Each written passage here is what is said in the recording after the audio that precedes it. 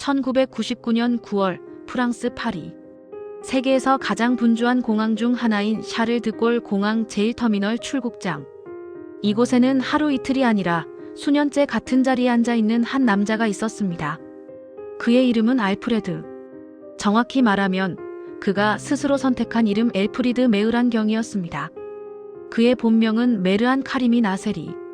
1945년 이란 후제스탄주 마스제드 솔레이만 앵글로 마이너스 페르시아 석유회사 정착촌에서 태어난 그는 이란인 의사였던 아버지와 스코틀랜드 출신 간호사였다는 어머니 사이에서 자랐다고 증언했습니다. 이 말은 훗날 그의 국적 논쟁의 핵심이 됩니다. 그는 자신이 이란과 영국이라는 두 나라의 피를 물려받았다고 주장했으며 이는 그의 정체성 혼란과 함께 앞으로의 삶에 깊은 영향을 미칩니다. 어쩌면 이 순간부터 그의 복잡한 여정이 예고되었을지도 모릅니다. 그는 젊은 시절부터 평범한 삶과는 거리가 멀었습니다. 자신의 뿌리에 대한 끊임없는 질문과 정체성 확립에 대한 욕구는 그를 늘 방랑하게 만들었습니다. 이러한 배경은 그가 훗날 공항에 갇히게 되는 결정적인 이유 중 하나가 되기도 합니다. 그의 이야기는 단순한 한 개인의 불운을 넘어 국가와 개인의 정체성, 그리고 복잡한 국제법의 틈새를 보여주는 비극적인 서사로 기록될 것입니다. 그의 출생 배경 자체가 그가 겪게 될 혼란의 서막이었던 셈입니다. 이러한 복잡한 개인사는 그의 앞으로의 모든 선택과 행동에 지대한 영향을 미치게 됩니다. 그의 주장은 마치 끊임없는 수수께끼처럼 그의 삶 곳곳에 질문표를 남겼습니다. 이처럼 불확실한 그의 서사는 그를 더욱 신비로운 인물로 만들었습니다. 1973년 그는 영국으로 향합니다. 브래드퍼드 대학교에서 유고슬라비아학을 공부하며 유학생 신분으로 체류하던 중 1977년 이란에서 벌어진 팔라비 왕정 반대 시위에 연루되었다고 주장합니다. 그는 이 사건으로 이란에서 추방되었다고 말했지만 후일 조사에서는 실제 추방 기록이 확인되지 않아 논란이 됩니다. 그의 주장은 늘 사실과 논란 사이를 오갔습니다. 과연 그는 정말 이란 정부에 의해 추방당했던 것일까요? 아니면 스스로 망명을 위한 명분을 만들었던 것일까요? 이 부분은 그의 이야기에 미스터리함을 더하는 중요한 요소 중 하나로 남아 있습니다. 그의 진술은 항상 모호했으며 때로는 사실과 다르게 증언하여 주변 사람들을 혼란스럽게 했습니다. 이러한 불분명한 진술은 그의 난민 지위 획득 과정에서도 반복적으로 나타나며 그의 이야기에 대한 신뢰도에 의문을 제기하게 만듭니다. 하지만 그가 정치적 이유로 고국을 떠나야 했다는 믿음은 그의 삶을 이끌어가는 강력한 동기가 됩니다. 그는 자신의 과거를 재해석하고 새로운 정체성을 찾아 나서는 여정의 시작점에 서 있었습니다. 이 시점부터 그는 자신만의 서사를 구축하기 시작합니다. 이러한 과정 속에서 그의 정체성은 더욱 복잡하게 얽히고 설키게 됩니다. 그는 스스로를 규정하고 세상에 자신을 이해시키려 노력했지만 그 노력이 오히려 그를 미궁 속으로 이끌었을지도 모릅니다. 그의 주장이 진실이든 아니든 중요한 것은 그가 자신의 서사를 확고히 믿었다는 점입니다. 확실한 것은 그가 이후 유럽 각국을 떠돌며 정치적 망명을 신청했다는 사실입니다. 그는 벨기에, 네덜란드, 이탈리아, 서독 등 여러 나라를 전전하며 난민 신청을 했지만 번번이 거절당했습니다. 각국 정부는 그의 진술에 일관성이 없다고 판단했으며 그의 난민 자격 요건을 충족하지 못한다고 보았습니다. 이러한 과정 속에서 그는 점점 더 고립감을 느끼게 됩니다. 서류 미비와 불확실한 신원 때문에 그는 합법적인 거주지를 찾지 못하고 유럽 대륙을 떠도는 신세가 되었습니다. 오랜 대기 끝에 그는 1986년 벨기에 주재 유엔 난민기구 사무소로부터 난민 지위를 인정받습니다. 이 결정으로 그는 여러 유럽 국가에 합법적으로 거주할 수 있는 자격을 얻습니다. 드디어 그에게도 안정적인 삶의 기회가 찾아온 듯 했습니다. 난민 지위 획득은 그에게 새로운 시작을 의미하는 듯 보였습니다. 이제 그는 더 이상 불안정한 도피자가 아니었으며 정식으로 국제법의 보호를 받을 수 있는 존재가 되었습니다. 이것은 그의 삶에 있어 중대한 전환점처럼 보였습니다. 그러나 나세리는 그중 영국을 선택합니다. 어머니가 영국인이라는 점, 그리고 영국인이 되고 싶다는 강한 집착. 그의 마음속에는 영국인으로서의 정체성을 확고히 하고자 하는 강렬한 열망이 자리 잡고 있었습니다. 그는 어머니의 나라 영국이야말로 자신이 진정으로 속할 수 있는 곳이라고 믿었습니다. 이는 단순히 거주지를 선택하는 문제를 넘어 자신의 존재 이유와 직결되는 것이었습니다. 이러한 영국에 대한 강한 집착은 그의 합리적인 판단을 흐리게 만들었고 결국 그의 삶을 완전히 다른 방향으로 이끌게 됩니다. 그는 오랫동안 꿈꿔왔던 영국 땅을 밟기 위해 모든 것을 걸 준비가 되어 있었습니다.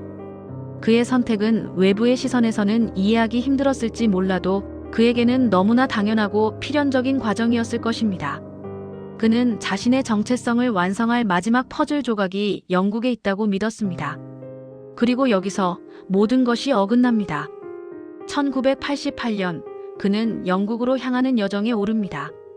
그는 이동 중 서류 가방을 도난당해 여권과 난민 서류를 분실했다고 주장합니다.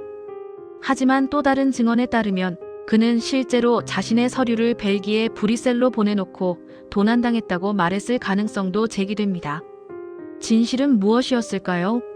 그의 주장이 사실이든 아니든 중요한 것은 그가 서류 없는 상태로 영국행 비행기에 올랐다는 점입니다.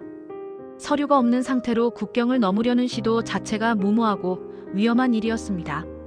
그의 이러한 행동은 이후 돌이킬 수 없는 결과로 이어지게 됩니다. 서류 없이 런던행 비행기에 오른 그는 영국 이민당국에서 즉시 제지당하고 다시 프랑스로 송환됩니다. 프랑스 경찰은 그를 체포했지만 입국 자체는 합법적이었고 돌려보낼 출신 국가도 없다는 이유로 곧 석방합니다. 그는 이제 어느 나라에서도 받아들이지 않는 국적 없는 남자가 된 것입니다. 이러한 법적 공백 상태는 그를 국제적인 미아로 만들었습니다. 그 결과 그는 공항을 떠날 수는 없지만 추방할 수도 없는 존재가 됩니다. 공항은 그에게 일종의 회색지대가 되었고 그는 법적, 행정적 미로 속에 갇히게 됩니다. 그의 의지와는 상관없이 그는 공항에 발이 묶여버린 것입니다. 이것이 바로 공항에 갇힌 18년의 비극적인 서막이었습니다. 그의 존재는 국제법의 사각지대를 여실히 보여주는 사례가 되었습니다. 그는 자유롭게 이동할 권리를 가진 난민이었지만 동시에 아무 국가에도 소속되지 않은 유령 같은 존재가 되어버린 것입니다. 1992년 프랑스 법원은 판결을 내립니다. 그를 공항에서 내쫓을 수는 없다. 그러나 프랑스 입국도 허가할 수 없다. 이 판결 이후 그는 공항이라는 회색지대에 완전히 고립됩니다. 그는 이제 공식적으로 공항의 주민이 된 것입니다. 이 판결은 그의 상황을 더욱 복잡하게 만들었으며 그에게는 일종의 운명처럼 받아들여졌습니다. 법적으로 공항은 그에게 유일하게 허용된 거주지가 되었고 그는 이곳에서 잃어버린 시간들을 보내게 됩니다. 벨기에 정부는 새로운 서류 발급을 제안합니다. 조건은 단 하나, 본인이 직접 벨기에에 와서 사회복지 감독하에 거주할 것. 그러나 그는 이를 거부합니다. 그는 끝까지 영국행을 원했습니다. 그의 영국에 대한 집착은 그 어떤 합리적인 제안도 받아들이지 못하게 만들었습니다. 그의 마음속에는 오직 영국만이 존재했습니다. 이는 논리적으로 설명하기 어려운 그의 강한 신념이자 고집이었습니다. 외부에서는 비합리적인 선택으로 보였을지 모르지만 그에게는 자신의 정체성을 지키기 위한 마지막 몸부림이었을 것입니다. 그는 벨기에에서 얻을 수 있는 안락함보다 자신이 꿈꾸는 영국인으로서의 삶을 더 중요하게 생각했습니다. 더 결정적인 문제는 그가 자신을 이란인으로 등록한 서류에 서명하기를 거부했다는 점입니다. 그는 엘프리드 메으란 경이라는 이름과 영국인으로서의 정체성을 포기하지 않으려 했습니다. 그는 스스로 만든 환상 속에서 살아가고 있었고 그 환상이야말로 그를 공항에 묶어두는 가장 강력한 족쇄가 됩니다. 그 결과 해결의 문은 스스로 닫힙니다. 그는 외부의 도움을 거부했고 자신의 고집을 꺾지 않았습니다. 공항은 그에게 물리적인 감옥이면서 동시에 정신적인 안식처가 되었습니다. 그는 자신의 의지로 공항에 머물렀고 그곳에서 자신만의 세계를 구축했습니다. 그는 공항에서 18년을 삽니다. 책을 읽고 일기를 쓰고 경제학을 공부합니다. 공항 직원들은 그에게 음식과 신문을 건네고 기자들은 그의 벤치를 찾아옵니다. 그는 공항 내에서 하나의 상징적인 존재가 되었고 그의 이야기는 전 세계로 퍼져나갑니다. 그는 공항 안에서 자신만의 루틴을 만들고 주변 사람들과 소통하며 삶을 이어갑니다. 그의 존재는 공항 이용객들에게는 신기한 구경거리가 되었고 일부에게는 동정심을 불러일으키는 대상이었습니다. 그는 매일같이 같은 자리에서 똑같은 일상을 반복했지만 그의 내면에서는 끊임없이 사색하고 글을 쓰며 자신의 삶을 기록했습니다. 마치 공항이라는 작은 세상 속에서 자신만의 왕국을 세운 왕처럼 보였습니다. 2003년 그의 이야기는 할리우드의 관심을 끕니다. 드림웍스는 그의 인생 권리에 25만 달러를 지불합니다. 그리고 2004년 스티븐 스필버그의 영화 터미널이 개봉합니다. 공식적으로는 영감의 출처가 명시되지 않았지만 세상은 이미 알고 있었습니다. 이 영화의 뿌리가 어디에서 왔는지를. 그의 이야기는 이제 영화를 통해 불멸의 신화가 됩니다. 영화는 그의 삶을 예술적인 방식으로 재해석하여 전 세계 수많은 사람들에게 감동과 메시지를 전달했습니다. 비록 영화의 내용이 그의 실제 삶과 완전히 같지는 않았지만 공항이라는 특수한 공간에 갇힌 한 남자의 이야기는 큰 울림을 주었습니다. 그는 영화 속 주인공처럼 많은 사람들의 공감을 얻었으며 그의 개인적인 비극은 인류 보편적인 이야기로 확장되었습니다. 2006년 7월 그는 병원에 입원하면서 처음으로 공항을 떠납니다. 그의 벤치는 해체됩니다. 그는 병원에서 치료를 받은 후 프랑스 파리의 난민보호소에서 생활하게 됩니다. 그는 더 이상 공항이라는 물리적인 감옥에 갇혀있지 않았지만 그의 마음속에는 여전히 공항에서의 삶이 깊이 각인되어 있었습니다. 공항을 떠난 이후에도 그는 여전히 자신만의 세계에 갇혀 지내는 듯 했습니다. 그리고 2022년 11월 12일 그는 다시 샤를 드골 공항에서 생을 마감합니다.